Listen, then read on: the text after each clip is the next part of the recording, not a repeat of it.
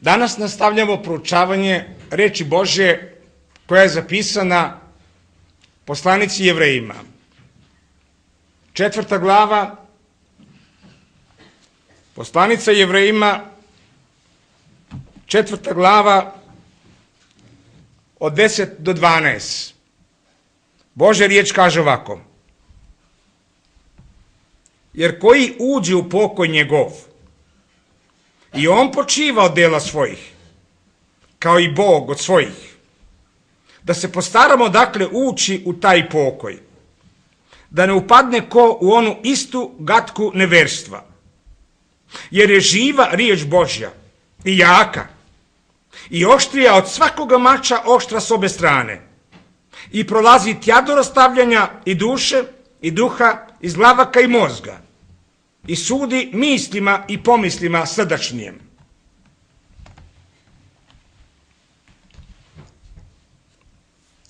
U prvom stihu ove glave vidjeli smo da Pavle, apostol, upozorava verne ljude da se boje da dok je ostavljeno obećanje da se ulazi u super blagoslov, u život izobilja, u pokoj, ne odocni koji od njih, da ne postane neko među njima negativan prema Božjim obećanjima.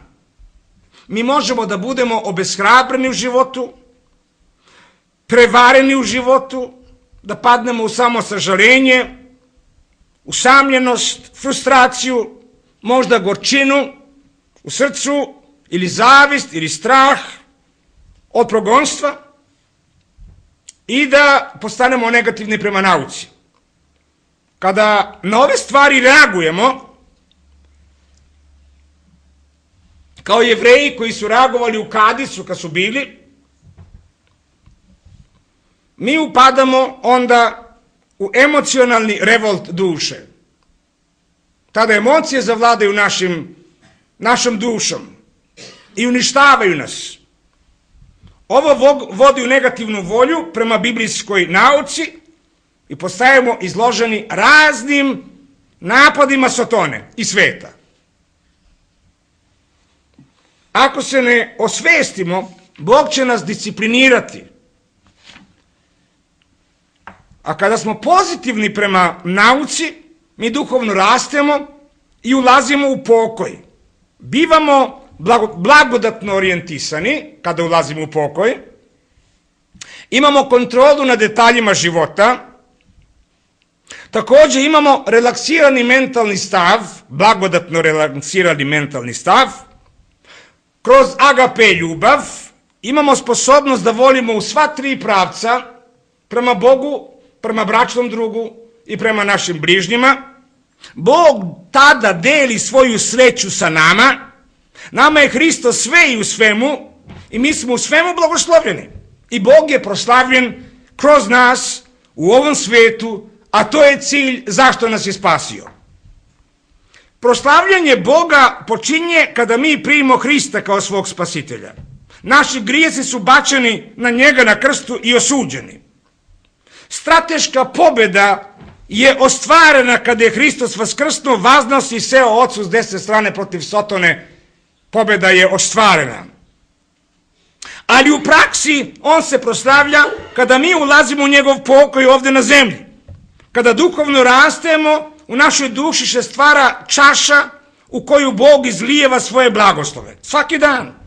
I na ovaj način mi proslavljamo Boga, drugačije ne. Nažalost, mnogi nisu ušli u ovaj pokoj, jer nisu verovali riječ Božju kompletno. Sve im je bilo spremljeno u obećanoj zemlji, a oni su ostavili kosti u pustinji. Vidjeli smo prošli put da mnogi koji su ušli u obećanu zemlju nisu ušli u pokoj jer nisu imali sposobnost da uživaju, niti snage da isteraju celog neprijatelja iz zemlje. Ovaj neprijatelj im je bio trnje u oči celo vreme i u vreme sudija. Ovaj neprijatelj je bio trn u oči sve do Davida.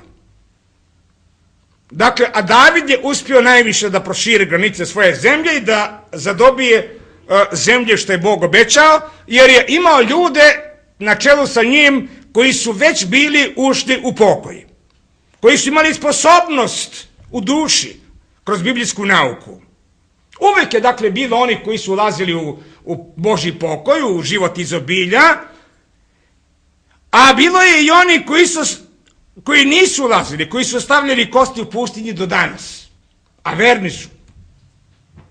Sada, ovo je sada novi apel kojega Pavle ovdje upućuje, da se ulazi u pokoj. On kaže ovako, jer koji uđu u pokoj njegov i on počiva od dela svojih, kao Bog od svojih, da se postaramo dakle ući u taj pokoj, da ne upadne ko u onu istu gatku neverstva. Prvo da vidimo karakteristiku ovoga pokoja. Ova sveza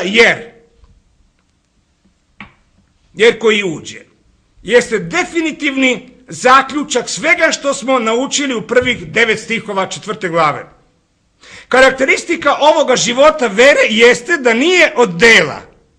To nije od dela, naših dela. Ovaj pokoj nije od naših dela. Kada uđemo u ovaj pokoj, onda mi dopuštamo Bogu da On radi za nas i kroz nas.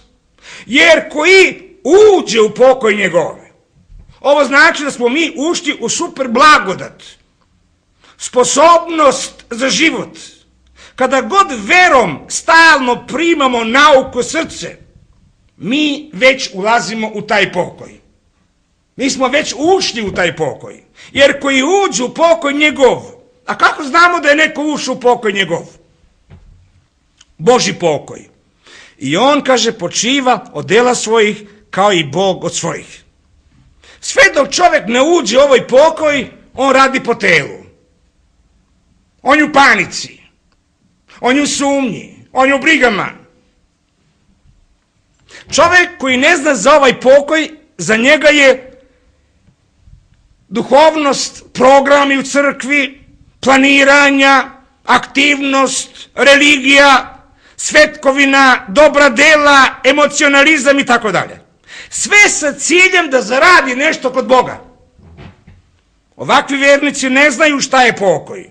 Ovakve osobe nemaju snage kada dođe vreme krize. Oni nemaju stabilnost u svom životu. Jer koji uđu u pokoj njegov, to je blagodat. Mi ništa nismo zaslužili ni zaradili, već smo samo ušli, a ulazimo verom. A svi blagoslovi dolaze od Boga. Pokoj je od njega. Život izobilja je od njega. Mi ne možemo da zaradimo spasenje, a niti blagoslove u životu poslije spasenja. U pokoju mi se uzdamo, a Bog radi za nas i kroz nas. On je već spremio sve blagoslove. Neko može odmah da mi citira Filipljanima 2.12 gde kaže: gradite spasenje svoje sa strahom i sa drhtanjem. Ništa nema opasnije u hrišćanskom životu nego citirati pola stiha, a ne ceo stih. Mnogi citiraju ovaj deo stiha, ali ne citiraju drugi deo stiha koji kaže: jer je Bog što čini u vama da hoćete i učinite kao što mu je ugodno. Što Bog čini u nama, mi to vani pokazujemo. Bog je onaj koji nas motivira. Pazite ponovo, Jevrejima 4.10. Jer koji uđu u pokoj njegov i on počiva od dela svojih. Bilo koja moja dela kojima sam mislio da zaradim ili spasenje ili blagoslov, to je od tela, to Bog ne prima. Satana inspiriše sve aktivnosti kojima mislimo da zaradimo život večni i blagoslove posle spasenja. I time nas čini više i više nesrećnima kada pokušavamo da mi nešto od Boga zaradimo. I mi nikad ne možemo da imamo pokoj. Jer u telesnim aktivnostima koje Bog ne pokreće, nema pokoja.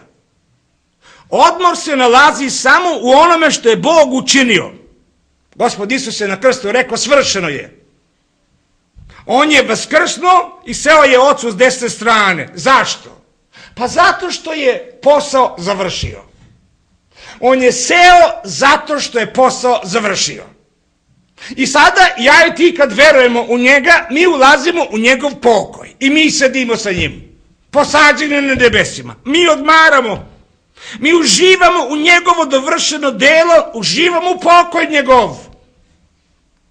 Jer koji uđu u pokoj njegov i on počiva od dela svojih kao i Bog od svojih. Mi više ne pokušavamo da nešto od Boga zaradimo. Dokle god pokušavamo da mi nešto zaradimo, mi smo u panici, mi smo u nesigurnosti, mi smo u frustraciji. Ali kada vidimo i shvatimo da je sve Bog u Hristu učinio na krstu Golgote za nas, mi onda ulazimo u pokoj njegov, mi odmaramo u onome što je Isus Hristos za nas i umjesto nas učinio na krstu Golgote. Mi imamo punu sigurnost, mi se više ne plašimo. Nama je sve spremljeno od večnosti kroz Hrista. I mi ulazimo u njegov pokoj i mi počinimo kao Bog što je počinio. Jer je nama sve spremljeno kroz Hrista. I zato sada u 11. stihu apostol apeluje i kaže ovako, da se postaramo dakle ući u taj pokoj, da ne upadne ko u onu istu gatku neverstva. Pošto ulazak u pokoj nije automatski, pisac izriče jaku zapovest, da se postaramo dakle ući u taj pokoj, da ne upadne ko u onu istu gatku neverstva. Zašto da se postaramo? Zato što je teško razbiti i ostaviti stare navike. Mi smo svi navikli da se brinemo, da se paničimo, da se nerviramo. To je u nama pod kožu, to živi u nama. A pisac hoće da se mi od toga oslobodimo i pokazuje nam i recept kako da se oslobodimo kada uđemo u njegov pokoj. Da se postaramo, kaže. Ovo ne znači rad. Ovo je suprotno odstupanju. Oni koji zbog neverstva, zbog sumnje, zbog straha odstupaju. Već ovo znači da pažljivo slušamo Božju riječ. Vidjeli smo u 2. glavi 1. stih kaže, zato treba većma da pazimo na ono što smo čuli, da ne promašimo cilj. Većma da pazimo, da se postaramo dakle ući u taj pokoj. Kako? Da većma pazimo na ono što smo čuli. Cilj poslanice je puno pouzdanje u Gospoda Isusa i uživanje u njegovom pokoju. Mi možemo da slušamo propoved, da ništa da ne čujemo.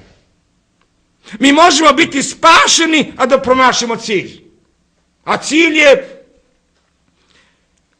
zašto smo spašeni? Cilj je da proslavimo Boga ovdje na zemlji. A proslaviti Boga ne možemo ako se svim srcem ne uzdamo u Boga. Da se postaramo dakle ući u taj pokoj. To znači jaka motivacija u duši mora da bude. Kako možemo ja i ti imati jaku motivaciju u duši da bismo ušli u pokoj?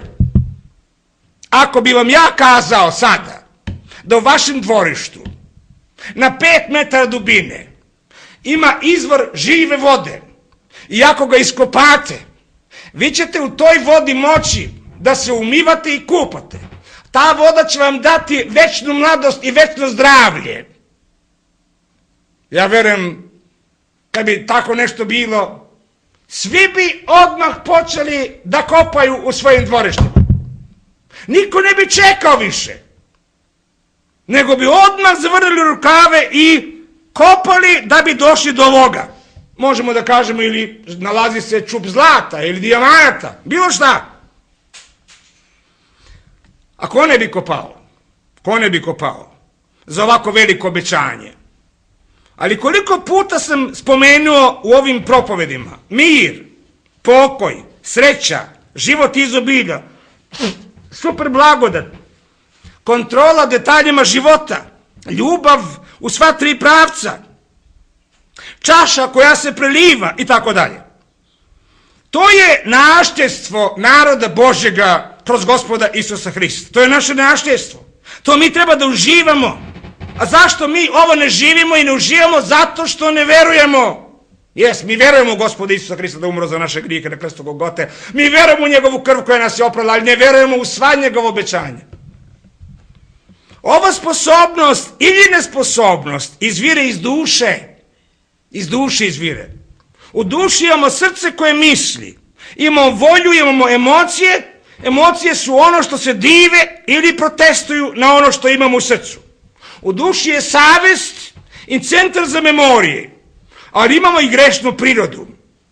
Kada nauka iz našega uma prodre u naše srce, ono zahvata i savest, i volju, i emocije, i neutrališe grešnu prirodu, tako tada smo mi već ušli u pokoj. Biblijska nauka koja Svetim Duhom propovedana ovako zahvata srce i ono nas motivira u životu. I zato kaže apostol da se postaramo, dakle ući u taj pokoj. A šta nas motivira da se postaramo? Biblijska nauka o srcu. Pazite kako slušate, da ne zaboravite ono što ste čuli. Uključena je naša volja. Niko ne može ući u ovaj pokoj ako dnevno ne hrani dušu naukom biblijskom. Da ne upadne ko u onu istu gatku neverstva. Ako nismo motivirani naukom, mi ćemo upasti u zamku neverstva kao Jevreji kad su upali u Kadis Varneji, kad su čuli izveštaj u Kadisu da se u obećanoj zemlji nalaze tvrdi gradovi i divovi. Onda su se uplašili i lutali su kroz pustinju. To je ta gatka neverstva. Primjer neverstva. Da ne upadnemo u neverstvo. Nekoliko puta apostol ovdje u ove 2 glave kaže, zato kao što govori Duh Sveti danas, ako glas njegov čujete, ne budite drvenastih srca. Da li smo mi stvarno slušali ono što nam Duh Sveti želi kazati? Koliko puta smo čitali ove tekstove, nismo ih razumeli. Niti čuli glas Duha. Jednu stvar Duh Sveti želi da utisne, a to je pokoj. Duh Sveti govori i želi da nam utisne pokoj, a to znači mnogo. Zbog toga vrlo često Bog nas uvodi u pustinju, gdje nema vode, da nam dade priliku da sami vidimo šta nam je u srcu. Bog želi da mu za nevolje zahvalimo i da verujemo da će on raditi za nas, a mi samo da se uzdamo u njega i da verujemo. Bog želi da budemo u centru oluje, u centru vihora, a u centru vihora jeste pokoj. Tamo nema u centru oluja. To je sve okolo centra, u centru je mir. Sve se okolo vitla okolo nas, a mi smo u pokoju. Vi znate da je Bog dao proroku Iliji da propoveda caru Ahavu. I on je propovedao. Ilija mislio da je tu kraj. Car ga je progonio i Bog mu kaže idi na potok. I on je išao na potok. I tamo ćeš piti vodu dokle god ima vode na potoku i dokle budu dolazili orlovi da ti donose hranu. I jednoga dana, posle godinu dana, potok je počeo da presušuje. I Gospod njemu sad kaže idi u Sareptu kod jedne žene udovice i ona će te hraniti. I kad je otišao kod žene udovice, ja sam zapovedio njoj da te hrani. To je nevjerovatna izjava. Ja sam zapovedio njoj da te hrani. I kad je Ilija otišao kod udovice, on je vidio da on ima samo još jedno jelo. Još malo brašna da spremi ručak i da umrem, kaže, sa svojim sinom. A Ilija kaže, prvo spremi meni. Prvo daj Bogu što je Bože. A za drugo nemoj da se brineš. I ona je spremila, poslušala je. I tada Bog je činio čudo svaki dan. Svaki dan, poslije toga ništa nije bilo u načvama. Drugi dan, načve su imali još toliko za drugi dan da jedu. I svaki dan iznova Ilija je počeo da se uči da živi verom. Ne drugi dan da se brine za drugi dan, nego onaj dan. Zato kaže danas, tako glas njegov čujete. Za danas je Bog obećao, za sutra nemoj se brinete. I tako je Ilija naučio da živi po veri kod žene udovice, kod jedne siromašne udovice, naučio da živi po veri. I Bog je zapovedio toj udovici, Bog je činio čuda, uvijek je bilo hrane. I kad je završio posao tamo, kad je naučio život vere, onda se Ilija vratio u svoj narod i onda je provocirao i izazvao valove proroke na Karmelu i tada je došlo veliko probuđenje u Izraelu. Kad je naučio da živi po veri. Tako je naučio i Davida Bog da se uzda, jer Biblija kaže u miru i pouzdanju bit će sila vaša. Kada sumnjamo u Božju moć i Božje obećanje, mi vidimo naše probleme. Mi vidimo naše probleme kao divove, a sebe vidimo kao skakavce. I kada mislimo da sami možemo da rešimo naše probleme, to je znak da smo ponosni. Tada smo već poraženi. Jer Biblija kaže na svoj razum ne oslanjaj se. Svim srcem uzdaj se u Gospoda. I zato Pavle ovdje kaže da se postaramo, dakle, ući u taj pokoj. Kada ne iđu problemi, mi ćemo kao David uzeti pračku i kamenčiće i suprotstaviti se kušnji, odbaciti paniku, odbaciti ponos i neverstvo i ući u pokoj. I ići protiv Golijata. Ti ideš na mene sa štitom i sa mačem, a ja idem na tebe protiv Gospoda, uz pomoć Gospoda, u ime Gospoda nad vojskama koga si ti ružio. I Golijat je pao. U ime Gospodnje David je bio u super blagodati i pobedio ga je. Da se postaramo, dakle, ući u taj pokoj. Mi smo zato spašeni. Da uživamo pokoj, da uživamo život izobilja. Taj pokoj, kaže ovdje apostol. Taj pokoj. Zašto kaže taj pokoj? Pa zato što ga spomenuo već do sada nekoliko puta od 3. glave. Nekoliko puta pokoj, mir, da se postaramo, kad sad na kraju ovaj posljednji apel, da se postaramo, dakle, da uđemo u taj pokoj. To je život super blagodati kada nam je Hristos u centru. Ako ovo imamo, tada smo sposobni za život i Bog će nam dati sve obilno u životu što nam treba da ga proslavimo. Dalje apostol piše, reč Božja nas čuva od lutanja i neverstva. Pa kaže, jer je živa reč Božja i jaka i oštrija od svakoga mača oštra s obe strane i prolazi tja do rastavljanja i duše i duha, iz glavaka i mozga i sudi mislima i pomislima srdačnjim.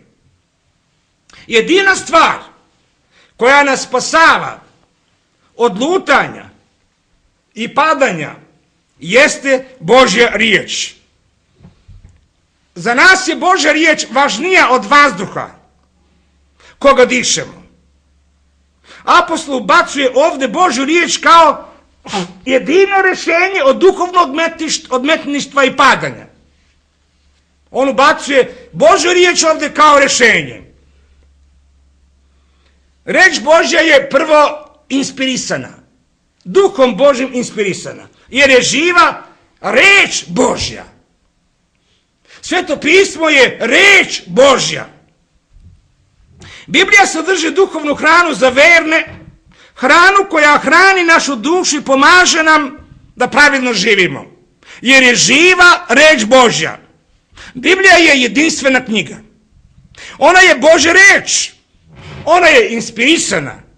Data je i napisana Svetim Duhom. To uključuje nekoliko principa. Prvo, Pavle piše u 2. Timotija 3.16, sve je pismo od Boga dano. U grčkom jeziku kaže Bogom izdahnuto. Sve je pismo Bogom izdahnuto. To znači da je Sveto pismo inspirisano, Duhom Svetim izdahnuto. Ovo je istina za cijelo Sveto pismo. Sveti Duh je nadahnuo pisce Biblije da napišu Bibliju. Ovo je počelo da se piše još u vreme Mojsija. Pa sve do Jovana na ostrvo Patmos. U razdoblju od 1500 godina. Od Mojsija do Jovana dodavao je Sveti Duh nove autore knjige. Sveto se pismo zove u Bibliji i Hristov, 1. Korinčanima 2.16. Sveto pismo je dato Svetim Duhom. Duh Sveti je komunicirao Božim ljudima kompletnu i povezanu poruku. Kada su oni čuli poruku, oni su je primili u srce i onda su je napisali. To imamo citata, ne mogu sad da vam citiram koliko imamo citata koji to svedoče. U Starom Zavetu to je bio prorok ili neko ko je imao dar proroštva. Starozavetni pisci su morali biti proroci, a novozavetni pisci su trebali biti apostoli ili neko koji je bio blisko povezan sa apostolima. Kao što je bio, na primjer, Marko sa Petrom, pisao evanđelje po Marku, Luka sa Pavlom, pisao je delo apostolske, evanđelje po Luci. Oni su pisali, a nisu menjali svoj mentalitet. Nisu menjali svoj rečnik. Jer je Bog spremio njih zato od rođenja. Nijedan od njih nema isti mentalitet, ni isti kapacitet reći. Svaki je drugačiji. I Bog je preko njih dao nama savršenom tačnošću svoju riječ. U originalnom jeziku dato je nama savršeno bez jedne greške. Sveto pismo nije čovekov pogled na život. 2. Petrova, 1. glava, 20. i 21. vrsta.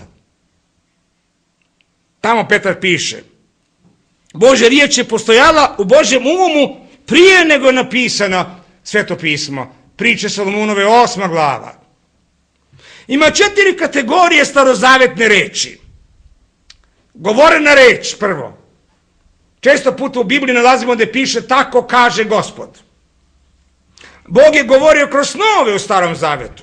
1. Mojsija 15:12, 1. Mojsijeva 31, 10 do 13, 4. Mojsijeva 12:6, Danilo 10:9. Bog je govorio kroz vizije. Isaija 1:1, 6:1, 1. Carima 22:19. I 4. Anđelsko učenje. 5. Mojsijeva 33:2, Psalam 68:17, Dela 7:53, Galatima 3:19. Biblija apsolutno tačno uči prošlost istorije. Bog je objavio Mojsiju, 1. Mojsijevoj, od 1. do 10. glave, ono što se desilo prije nego su oni došli na svet. Prije nego je Mojsije došao na svet. Bog mu je objavio stvaranje sveta i istoriju do njih. Tačno, sa preciznom, savršenom tačnošću. Biblija dakle nije udžbenik za istoriju, ali ono što piše, piše savršeno tačno gdje god spominje istoriju ili bilo koju drugu nauku. Ovo je vrlo značajno kada tumačimo Bibliju.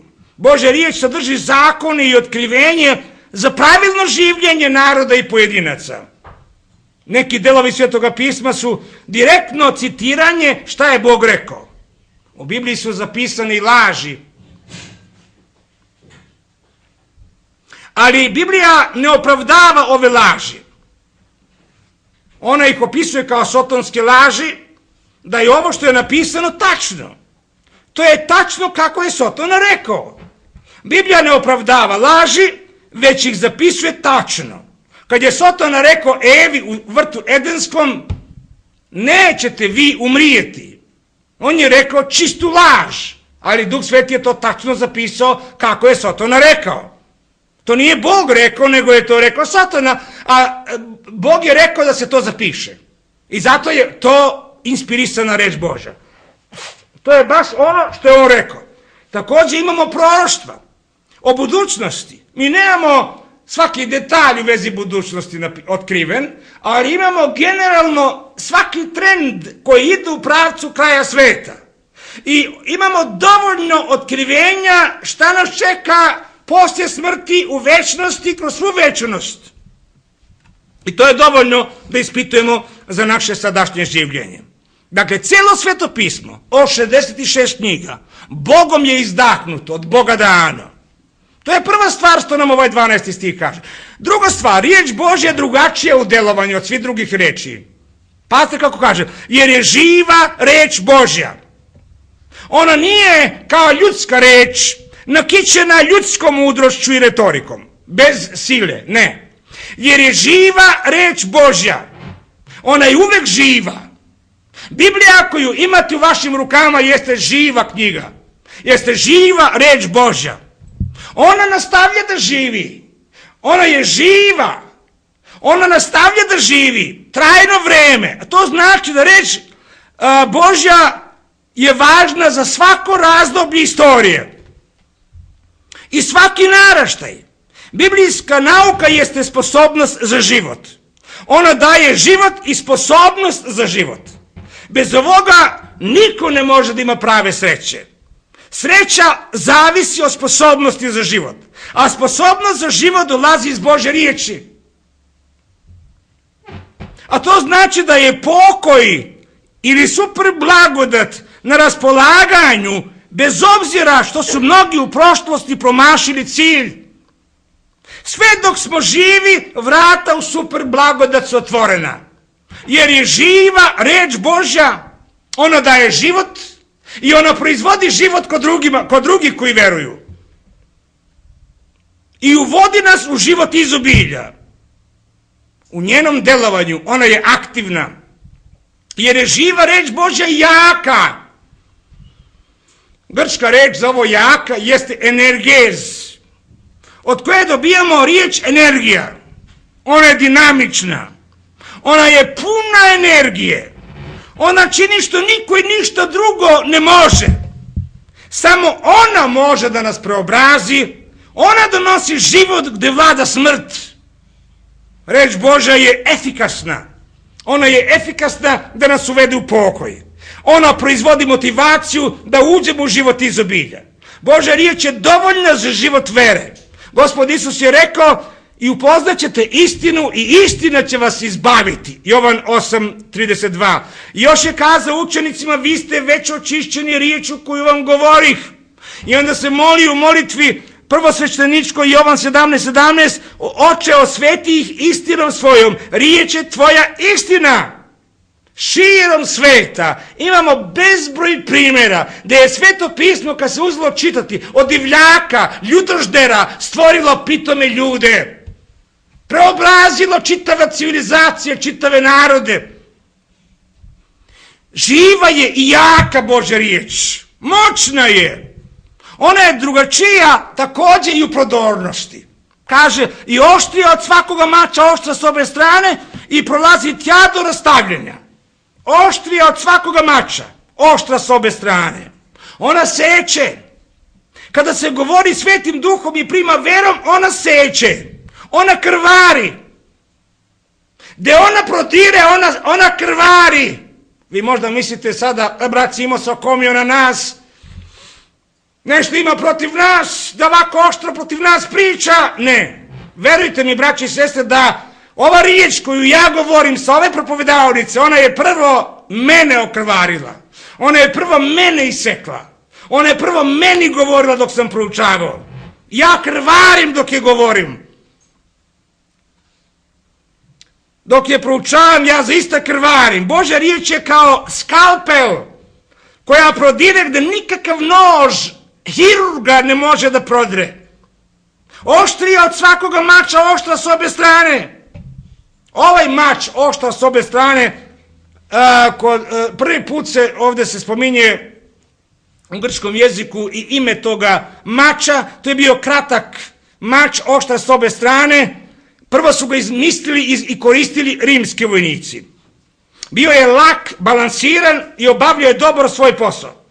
Kada su varvari prvo vidjeli rimske legije sa ovim mačem, oni su se uvek smejali rimskim vojnicima. Oni bi se naslonili na svoje mačeve koji su 1,5 m bili dugački. I imali su tako velike ručke da su sa 2 šakama mogli da uvate taj mač. I smejali se rimske vojnicima kad su vidjeli da imaju kratki mač. A Rimljani su sa malim noževima i sa štitom porazili i poražavali mnogo jače neprijatelje. I sve su varvare stavili pod svoje noge. Oni su mnogo vežbali kako da koriste ove noževe. A ovdje Pavle kaže, jer je živa reč Božja i jaka i oštrija od svakoga mača oštra s obe strane i prolazi tja do rastavljanja. Takva je Božja riječ. Pavle piše Efescima 6:17, mač, uzmite mač duhovni koja je reč Božja. Isaija je prorekao za Gospoda Isusa kada on dođe, 49. glava, 2. vrsta, učinio je usta moja da su kao oštar mač. U Otkrivenju 1:16 i 19:15 vidimo kad Isus bude došao u slavi, iz njegovih usta izlazi oštar mač sa obe strane, oštar kojim će da pobije sve neznabošce. Takva je Božja riječ. Koji je doktor ikada operisao dušu i duh čoveka? Niko još nije u stanju da operiše dušu i duh. To čini Božja riječ. Ona prodire i odvaja i prolazi tja do rastavljanja i duše i duha, iz glavaka i moždine i sudi mislima i pomislima srdačnim. Fizičkim noževima, kada su Rimljani ratovali i svi drugi sa nožem, oni su sa nožem doprli do kostiju i tamo se zaustavio nož. Ali riječ Božja ne može ništa da je zaustavi. Ona prodire, ona rastavlja, ona seče, ona kasapi, ona odvaja. Samo riječ Božja dolazi do duše i duha. Nijedan doktor ne može da operiše dušu i duh. Niti da promeni karakter i da otvori zatvoreni kod odmetnika. Niti da mu otvori duh, da oživi duh, da promeni srce, da promeni požude kod čoveka, licemerstvo, pohlepnost, mržnju ili duh nepraštanja. To su sve duhovni problemi i mora im se pristupiti duhovnim sredstvima. Kad je došao Isus Hristos na svijet i kad je počeo da govori, ljudi su se divili njegovoj nauci i njegovim riječima. Narod se divio kad je slušao njegovu nauku, kaže, jer ih učaše kao onaj koji ima vlast, a ne kao književnici. Matej 7, 28, 29. I da zaključimo našu poruku za danas. I prolazi tja do rastavljanja i duše i duha, iz glavaka i mozga, i sudi mislima i pomislima srdačnim. Ja ću da govorim u nedelju, ako Bog da, života na 12. stih i 13. stih. Govorit ću o suštini čovekove ličnosti. Šta je duša, šta je duh i šta je sve suština čovekove ličnosti. Tako da danas govorim samo o efikasnosti Božje riječi, a u nedelju ćemo govoriti o tome drugome. Prije mnogo godina, mladi čovek po imenu Louis Wallace putovao je po Bliskom istoku i istočnoj Evropi da bi našao materijala da napiše knjigu i da pobije istine Svetoga pisma, da dokaže da Biblija nije Božja knjiga. Imao je Bibliju i druga pisanja da bi napisao knjigu protiv Biblije. Dok je to radio, srce je počelo da mu se komeša. I prije nego je počeo da piše knjigu, on je tako bio presvedočen u istinitost Svetoga pisma, da se pokajao i da je poverovao u Gospoda Isusa Hrista, doživio novorođenje i bio je spašen. I odmah promenio je naziv knjige koju će da piše. I napisao je knjigu po kojoj je snimljen film. I svi znate koja je to knjiga i koji je to film, to je Ben Hur. Ben Hur. To je taj mladi čovjek napisao, pošto je tražio prvo da napiše knjigu protiv Biblije. Pa kad je vidio kad je bio presvjedočen Božjom riječju dok je proučavao, on se pokajao, uzverovao Hristu i napisao knjigu Ben Hur. Božja riječ prodire u najunutarnje biće, ona seče, ona odvaja, sudi mislima i motivima srdačnim. Ona ispituje naše motive jesu li ispravni. Ona otkriva greh, ništa ne može da se sakrije od Boga kroz nju. Božja riječ prosvetljava najmračnije uglove čovekove i ćoškove našega srca. Svaki sakriveni greh izlazi na površini. Mi to znamo u našoj tajnosti, dobro. Danas mnogi ne žele da idu kod doktora. Zašto? Pa kaže, bojim se da mi ne bi otkrio ono najgore, pa neću da idem kod njega. A da bi otkrio ono najgore, doktor treba da operiše, pa ja se bojim operacije, pa neću idem kod doktora. Mnogo više je istina i u vezi duhovnoga. Mnogi ljudi neće se obrate doktoru na doktorima, Gospodu Isusu Hristu, zato što on treba da izvrši kod njih operaciju. I kaže, nema stvari nepoznate pred njim, nego je sve golo i otkriveno pred očima onoga kojemu govorimo. Božja riječ je kao seme u silosu.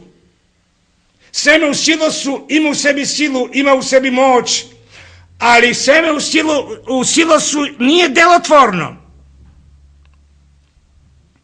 Ono treba da se uzme iz silosa, da se poseje i onda će da bude delotvorno. Ako čitamo, verujemo, mi rastemo, ona će nas spasti, ona će da nas osposobi za život i naša čaša će u srcu da se preliva na druge. I zato ovdje leži poziv od apostola Pavla da se postaramo, dakle, da se pokorimo Gospodu Isusu i njegove riječi. I mi ćemo ući u zemlju pokoja i život izobilja. Ako nam riječ Božja otkriva bolest, pokorimo se operaciji.